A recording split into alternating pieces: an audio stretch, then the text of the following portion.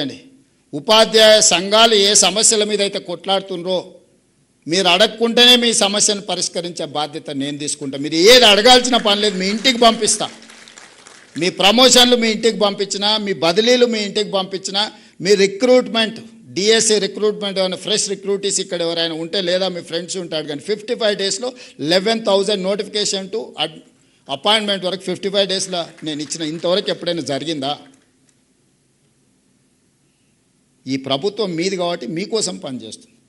మీ సమస్యలు పూచి నాది. ఉపాధ్యాయ సంఘాలకు నా సూచన, పిల్లల సమస్యల మీద మీరు కొట్లాడండి నాతోటి.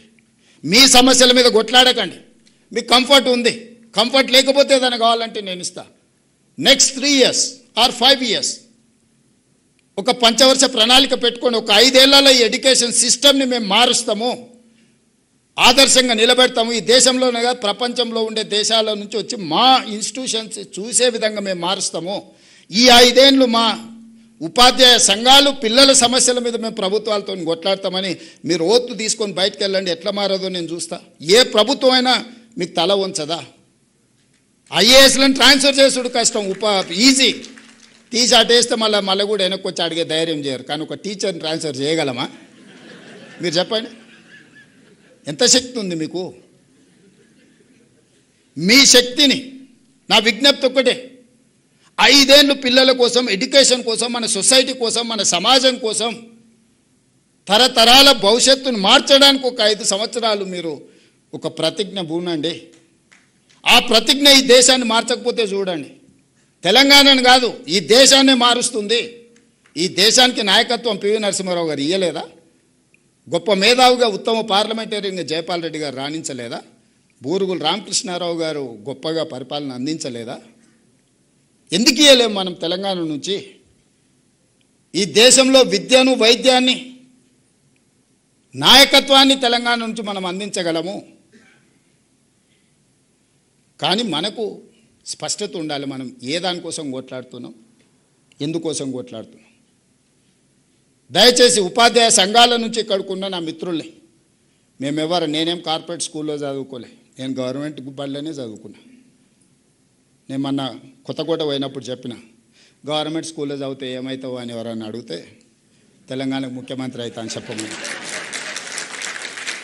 అయినా కదా కొండారెడ్డిపల్లి గవర్నమెంట్ స్కూలు, తాండ్రలనో వనపర్తిలో గవర్నమెంట్ స్కూల్ విద్యార్థి తెలంగాణ రాష్ట్రానికి ముఖ్యమంత్రి అయింది కదా. మీకు గౌరవం తగ్గే పని అయితే ఒక్కటి కూడా చేయలే కదా.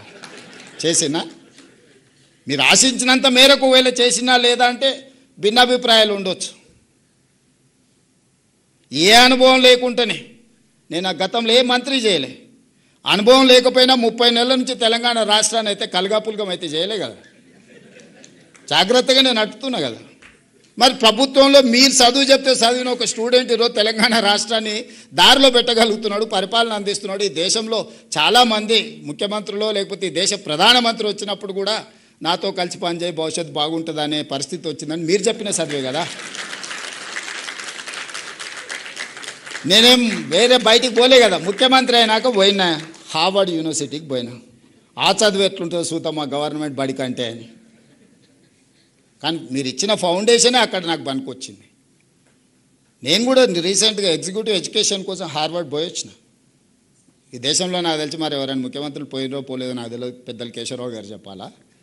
ఇప్పుడున్న ఎడ్యుకేషన్ సిస్టమ్ మిమ్మల్ని పంపించడమే కాదు, as a state chief minister నేను కూడా వెళ్ళి చూసిన అసలు ఏంది. హార్వర్డ్ నుంచి గొప్ప గొప్ప మేధావులు వస్తారు, నోబెల్ గ్రహీతలు వస్తారు, యూనికార్న్స్ వస్తారు అని అంటే చూద్దాం అది కూడా అని. మీరు ఎట్లయితే 5 రోజులు morning to evening undo, same exact morning 9 to evening 7, 5 days continuous, ½ an hour lunch break, కంప్లీట్గా కూర్చొని వచ్చిన క్లాస్లో నేను. చూద్దాం చదువు ఎట్లుంటుందో అని. చదువుతో పాటు క్రమశిక్షణను కూడా నేర్పుతుంది క్లాస్ రూమ్. క్రమశిక్షణ లేనోడు జీవితంలో ఎందుకు పనికిరాడు. ఎందుకన్నా పనికొచ్చినా తాత్కాలికమే. తెలివి తక్కువ క్రమశిక్షణ ఉంటే ఎక్కువ పని చేయొచ్చు. తెలివి ఎక్కువ క్రమశిక్షణ లేకపోతే సరైన సమయానికి వాడు అక్కడికి రానే రాడు. దానివల్ల ఏం ఉపయోగం? మహామేధా ఉంటాడు కానీ పరీక్ష రోజు పరీక్ష రాయకపోతే ఏమవుతాడు? అట్లనే ఈరోజు మిత్రులారా, మనందరం ఒక 5 ఏళ్ళు ఒక మంచి ఆలోచన చేద్దాం. మనం ఇబ్బందులలో ఏం లేం, ఆకలితో ఏం చచ్చిపోతలేం. కుటుంబం కూడా అత్యంత దారుణమైన పరిస్థితులలో ఏం లేం. నా టీచర్లు అందరూ మంచిగా గౌరవంగా ఆర్థికంగా సమాజంలో చాలామంది కంటే బాగా ఈరోజు వాళ్ళు ఉన్నారు. వాళ్ళు సంఘాలు ఒకవేళ మీకు చెప్పినా మీరు సొంతంగా ఆలోచన చేసుకోండి. మీరే నాయకులను తయారు చేసేది కూడా మీరే. 5 సంవత్సరాలు మేము పేద విద్యార్థుల కోసం ప్రభుత్వ పాఠశాలకు వచ్చే పిల్లల కోసమే మేము అంకితం అవ్వదలుచుకున్నాము. 5 సంవత్సరాల తర్వాత మేము వెనక్కి తిరిగి చూసుకుంటాం. ఒకవేళ ఏమైనా కోల్పోతే మా రేవంత్ అన్న దగ్గరకు పోయి మేము కొట్లాడి తెచ్చుకుంటామని మీరు మనసులో పెట్టుకోండి. 34 వరకు నేనే ఉంటా, మీకు ఎవ్వరికి ఏం అనుమానం లేదు.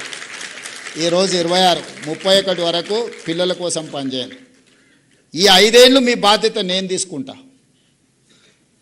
మీరు అడగకుంటేనే మీ సమస్య జెన్యూన్ ఇష్యూస్ ఏమున్నా 6 నెలలకు ఒకసారి ఒక హాఫ్ డే మీ సంఘాలను మీ నాయకులను పిలిచి కూర్చోబెట్టి క్వాలిటీ డిస్కషన్ చేసి చీఫ్ సెక్రటరీ కానీ ఎవరికైనా అంతెందుకు 2 విషయాలు మీతో పంచుకోదలుచుకున్నా. జనవరి 2024 1 తారీఖు కంటే ముందే ఏనాడు 1 తారీఖు మీ జీతాలు వచ్చినాయి? గుండెల మీద చేసుకొని చెప్పండి. తెలంగాణ వచ్చిన తర్వాత 10 సంవత్సరాలు 1 తారీఖు నాడు మీ ఖాతాలో జీతాలు పడ్డాయా? 24 జనవరి 1 తారీఖు నాడు మీ ఖాతాలో వేయడం మొదలు పెడితే ఈ రోజు వరకు ఎప్పుడైనా 1 తారీఖు నాడు మీ జీతాలు ఆగినాయా చెప్పండి. ఇది ఎవ్వరు మీరు అడగలేదే, మీ సంఘాలు అడగలే, మీరు అడగలే. ప్రతి నెల 1 తారీఖు నాడు ఈ ప్రభుత్వం కోసం ప్రజల కోసం పనిచేసే వాళ్ళకి జీతం ఇవ్వకపోతే ప్రభుత్వం వైఫల్యం చెందినట్టే.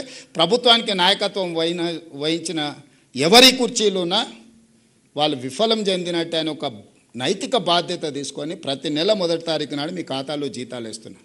మీ పిల్లల చదువుల కోసం మీ ఇళ్ళ కోసం లోన్ తెచ్చుకుంటే మీ చెక్స్ డిజైనర్ అయి మీ సిబిల్ స్కోర్ పాడైపోయి మండి పద్దుల కింద మీ ఖాతాలు మారి బ్యాంకుకి వెళ్తే మీకు అప్పు పుట్టని పరిస్థితి ఉండే.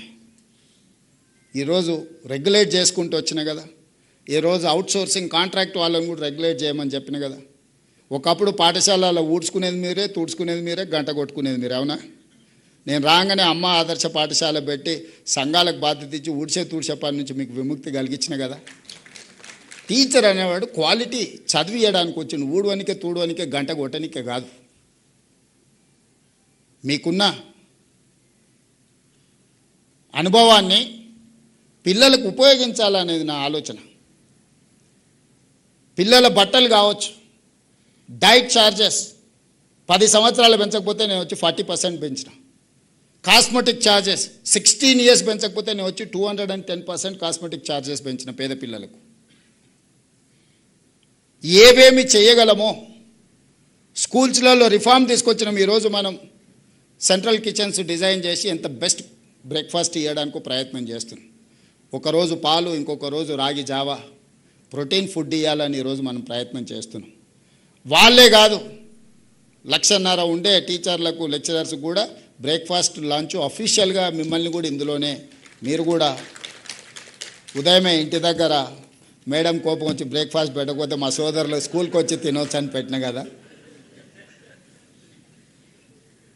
ఇవన్నీ కూడా కన్సర్న్తో హ్యుమానిటీతో చేస్తున్నా నేను. ఇదేదో అధికారం ఉంది కాబట్టి అథారిటేటివ్ డెసిషన్స్ కావివి.